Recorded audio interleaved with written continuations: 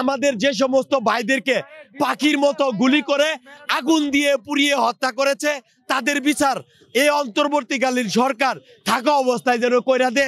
যে এই বৈষম্য না রাখিয়া সকলকে এই অন্ততপক্ষে সর্বনিম্ন 5 লাখ থেকে শুরু করুক, উপরে বৈষম্য আহতের উপর ডিপেন্ড করে প্রয়োজনে আরো বাড়ানো হোক। এই গণহত্যাকারী খুনি হাসিনা ক্ষমতা থাকাকালীন অবস্থায় যারা রাজপথে আইছে তারা সবাই জীবনের মায়া ত্যাগ করে আইছে। আমাদের আহত ও নিহত পরিবারের পুনর্বাসন এবং নিরাপত্তা এই অন্তর্বর্তীকালীন সরকার নিশ্চয়তা করতে হবে এবং আমাদের জন্য যে বরাদ্দ আসছে সেই বরাদ্দটা বৈষম্য ছাড়া বৈষম্যবিহীন ভাবে এই বরাদ্দটা দিব। এটা হচ্ছে যেমন আহতদের ক্যাটাগরি, কেউ হয়তো সামান্য ব্যথা পাইছে, কেউ হয়তো 10টা বুলেট ঢুকছে, কেউ হয়তো রাবার বুলেট খাইছে, কেউ হয়তো শুধুমাত্র চোখে একটা বুলেট খাইছে।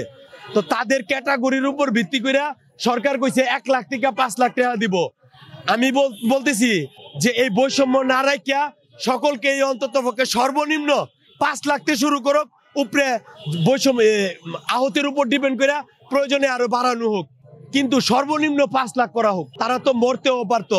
সবচেয়ে বড় কথা হয়েছে এই গণহত্যাকারী খুনি হাসিনা ক্ষমতা থাকাকালীন অবস্থায় যারা রাজপথে আইছে তারা সবাই জীবনের মায়া ত্যাগ করে আইছে।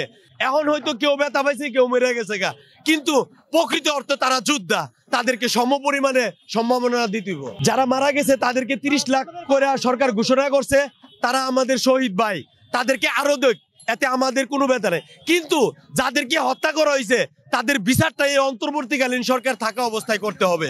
এটা হচ্ছে আমাদের অন্তর্বর্তীকালীন সরকারের কাছে সবিনয় অনুরোধ, বিশেষভাবে অনুরোধ এই অন্তর্বর্তীকালীন সরকারের কাছে।